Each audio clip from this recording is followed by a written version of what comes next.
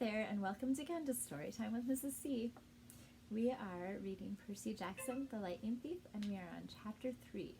Grover unexpectedly loses his pants. Confession time. I ditched Grover as soon as we got to the bus terminal. I know, it was rude. But Grover was freaking me out, looking at me like I was a dead man, muttering, "Why does this always happen, and why does it always have to be 6th grade?" Whenever he got upset, Grover's bladder acted up, so I wasn't surprised when, as soon as we got off the bus, he made me promise to wait for him, then made a beeline for the restroom. Instead of waiting, I got my suitcase, slipped outside, and caught the first taxi uptown. East 104th and 1st, I told the driver. A word about my mother before you meet her.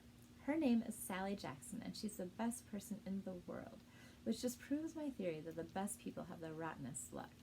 Her own parents died in a plane crash when she was 5, and she was raised by an uncle who didn't care much about her. She wanted to be a novelist, so she spent high school working to save enough money for a college with a good creative writing program. Then her uncle got cancer, and she had to quit school her senior year to take care of him.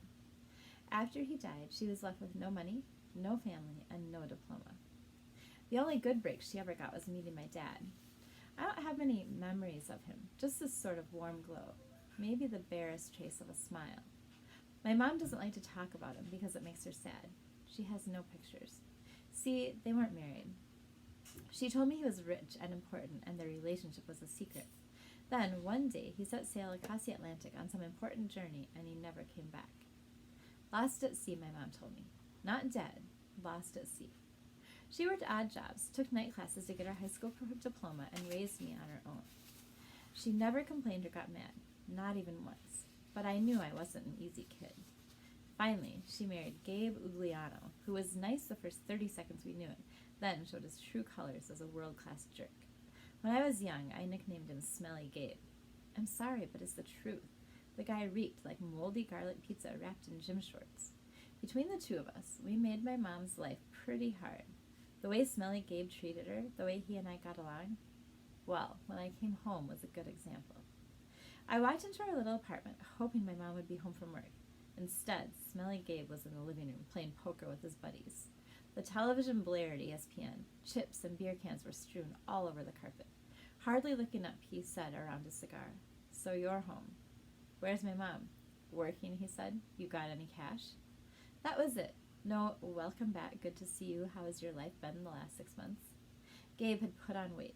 He looked like a tuskless walrus in thrift store clothes. He had about 3 hairs on his head, all combed over his bald scalp, as if that made him handsome or something. He managed the electronics megamart in Queens, but he stayed home most of the time. I don't know why he hadn't been fired long before. He just kept on collecting paychecks, spending the money on cigars that made me nauseous, and on beer, of course. Always beer. Whenever I was home, he expected me to provide his gambling funds. He called that our guy's secret, meaning if I told my mom, he would punch my lights out. "I don't have any cash," I told him. He raised a greasy eyebrow. Gabe could sniff out money like a bloodhound, which was surprising since his own smell should have covered up everything else. "You took a taxi from the bus station," he said. "Probably paid with a 20. Got $6-7 in change. Somebody expects to live under this roof. He ought to carry his own weight. Am I right, Eddie?" Eddie, the super of the apartment building, looked at me with a twinge of sympathy. "Come on, Gabe," he said. "The kid just got here." "Am I right?" Gabe repeated.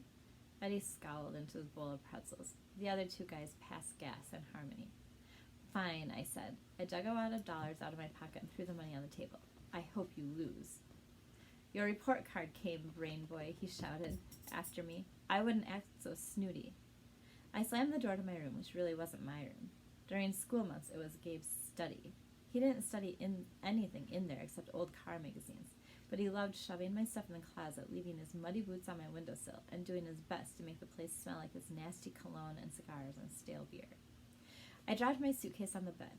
Home sweet home. Gabe's smell was almost worse than the nightmares about Mrs. Dodds, or the sound of that old fruit lady's shears snipping the yarn.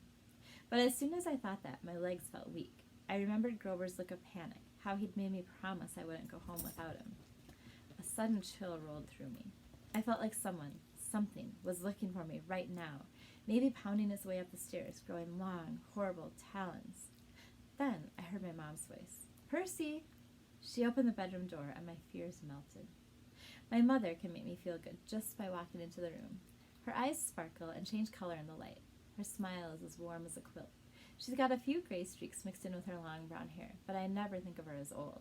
When she looks at me, it's like she's seen all the good things about me, none of the bad. I've never heard her raise her voice or say an unkind word to anyone, not even me or Gabe. "Oh, Percy," she hugged me tight. "I can't believe it. You've grown since Christmas." Her red, white, and blue Sweet on America uniform smelled like the best things in the world. Chocolate, licorice, and all the other stuff she sold at the candy shop in Grand Central. She'd brought me a huge bag of free samples, the way she always did when I came home. We sat together on the edge of the bed. While I attacked the blueberry sour strings, she ran her hand through my hair and demanded to know everything I hadn't put in my letters. She didn't mention anything about me getting expelled. She didn't seem to care about that. But was I okay? Was her little boy doing all right? I told her she was smothering me into layoff and all that, but secretly I was really, really glad to see her. From the other room, Gabe yelled, "Hey, Sally, how about some bean dip, huh?" I gritted my teeth. My mom is the nicest lady in the world. She should have been married to a millionaire, not to some jerk like Gabe. For her sake, I tried to sound upbeat about my last days at Yancey Academy.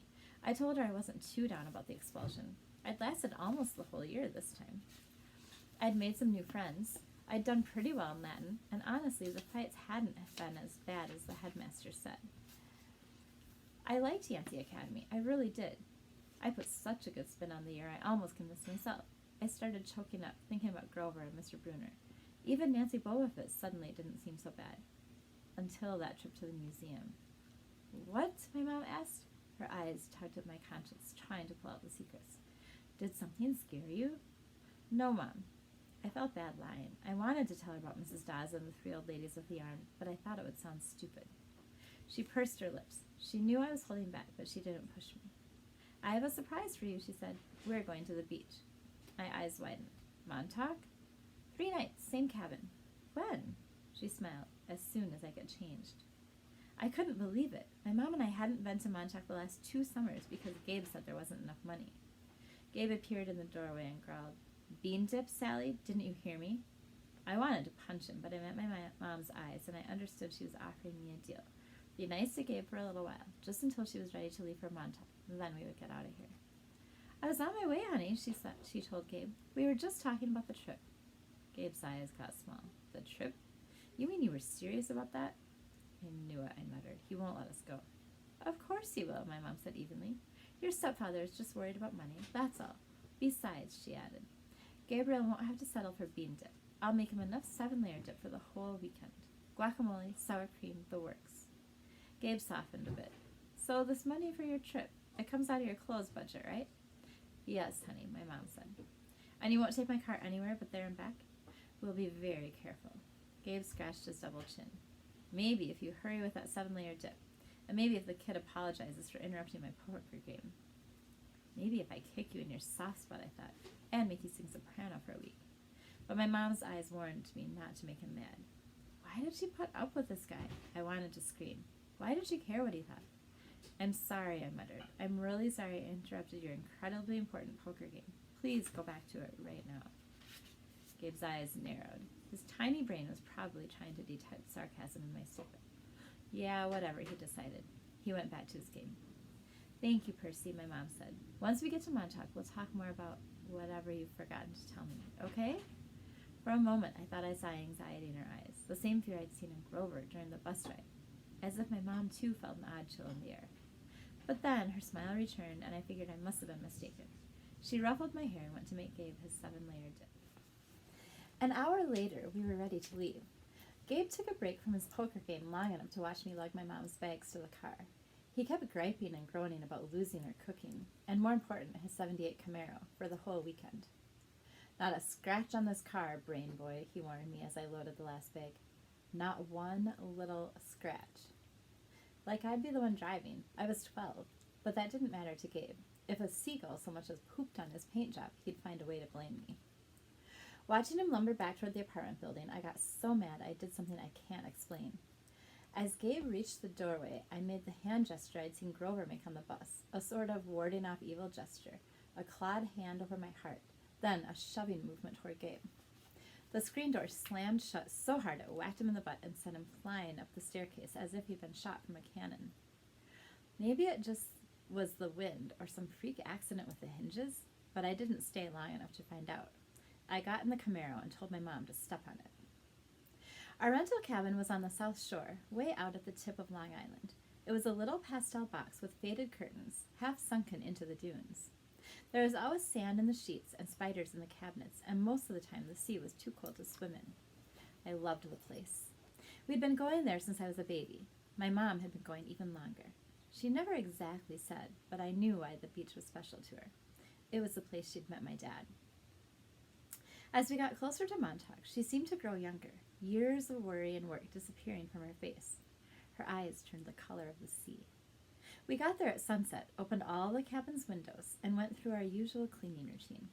We walked on the beach, fed blue corn chips to the seagulls, and munched on blue jelly beans, blue saltwater taffy, and all the other free samples my mom had brought from work. I guess I should explain the blue food. See, Gabe had once told my mom there was no such thing. They had this fight, which seemed like a really small thing at the time. But ever since, my mom went out of her way to eat blue. She baked blue birthday cakes. She mixed blueberry smoothies. She bought blue corn tortilla chips and brought home blue candy from the shop. This, along with keeping her maiden name, Jackson, rather than calling herself Mrs. Ugliano, was proof she wasn't totally suckered by Gabe. She did have a rebellious streak, like me. When it got dark, we made a fire. We roasted hot dogs and marshmallows. Mom told me stories about when she was a kid, back before her parents died in a plane crash. She told me about the books she wanted to write someday, when she had enough money to quit the candy shop. Eventually, I got up the nerve to ask about what was always on my mind whenever we came to Montauk, my father. Mom's eyes went all misty. I figured she would tell me the same things she always did, but I never got tired of hearing them. He was kind, Percy, she said. Tall, handsome, and powerful, but gentle, too. You have his black hair, you know, and his green eyes. Mom fished a blue jelly bean out of her candy bag. I wish he could see you, Percy. He would be so proud. I wondered how she could say that. What was so great about me? A dyslexic, hyperactive boy with a D-plus report card, kicked out of school for the 6th time in 6 years? How old was I asked. I mean, when he left? She watched the flames. He was only with me for one summer, Percy. Right here at this beach, this cabin. But he knew me as a baby? No, honey. He knew I was expecting a baby, but he never saw you. He had to leave before you were born. I tried to square that with the fact that I seemed to remember something about my father, a warm glow, a smile. I'd always assumed he knew me as a baby. My mom had never said it outright, but still I'd felt it must be true. Now, to be told he'd never even seen me? I felt angry at my father. Maybe it was stupid, but I resented him for going on that ocean voyage, for not having the guts to marry my mom. He'd left us, and now we were stuck with smelly Gabe. Are you going to send me away again, I asked her, to another boarding school? She pulled a marshmallow from the fire. I don't know, honey. Her voice was heavy. I think we'll have to do something. Because you don't want me around? I regretted the words as soon as they were out. My mom's eyes welled with tears. She took my hand, squeezed it tight. Oh, Percy, no. I have to, honey. For your own good, I have to send you away. Her words reminded me of what Mr. Bruner had said, that it was best for me to leave Yancey. Because I'm not normal, I said. You say that as if it's a bad thing, Percy, but you don't realize how important you are. I thought Yancey Academy would be far enough away. I thought you'd finally be safe. Safe from what? She met my eyes, and a flood of memories came back to me. All the weird, scary things that had ever happened to me, some of which I'd tried to forget. During 3rd grade, a man in a black trench coat had stalked me on the playground. When the teachers threatened to call the police, he went away growling, but nobody believed me when I told them that under his broad-brimmed hat, the man had only one eye, right in the middle of his head. Before that, a really early memory. I was in preschool, and a teacher accidentally put me down for a nap into a cot that a snake had slithered into. My mom screamed when she came to pick me up and found me playing with a limp, scaly rope I'd somehow managed to strangle to death with my meaty toddler hands. In every single school, something creepy had happened, something unsafe, and I was forced to move. I knew I should tell my mom about the old ladies at the fruit stand and Mrs. Dodds at the art museum, about my weird hallucination that I had sliced my math teacher into a dust with a sword. But I couldn't make myself tell her. I had a strange feeling the news would end our trip to Montauk, and I didn't want that. I've tried to keep you as close to me as I could, my mom said. They told me that was a mistake. But there's only one other option, Percy. The place your father wanted to send you. And I just can't stand to do it. My father wanted me to go to a special school. Not a school, she said softly. A summer camp.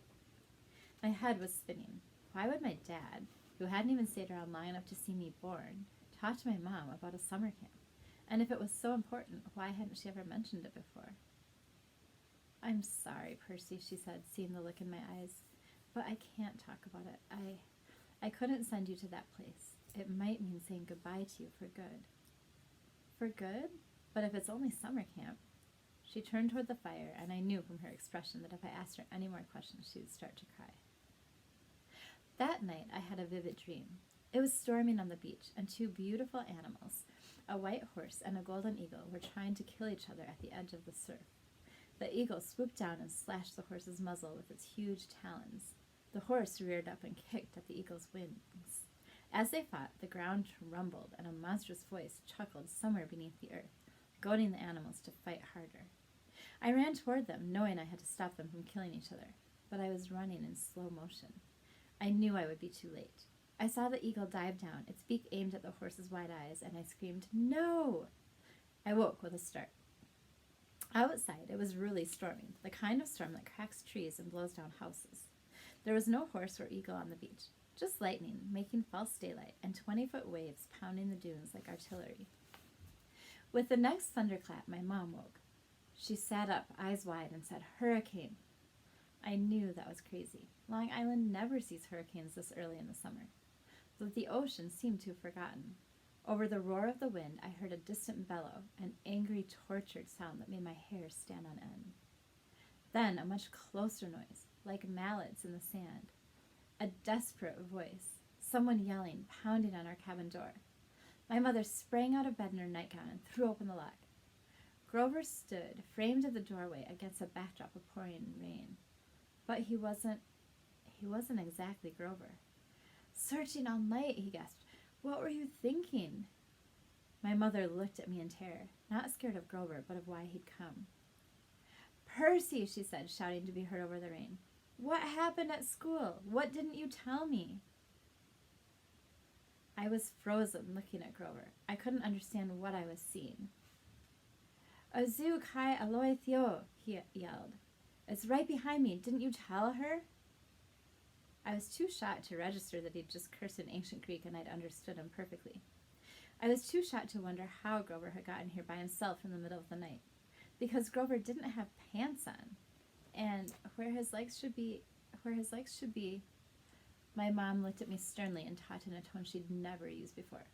"Percy, tell me now."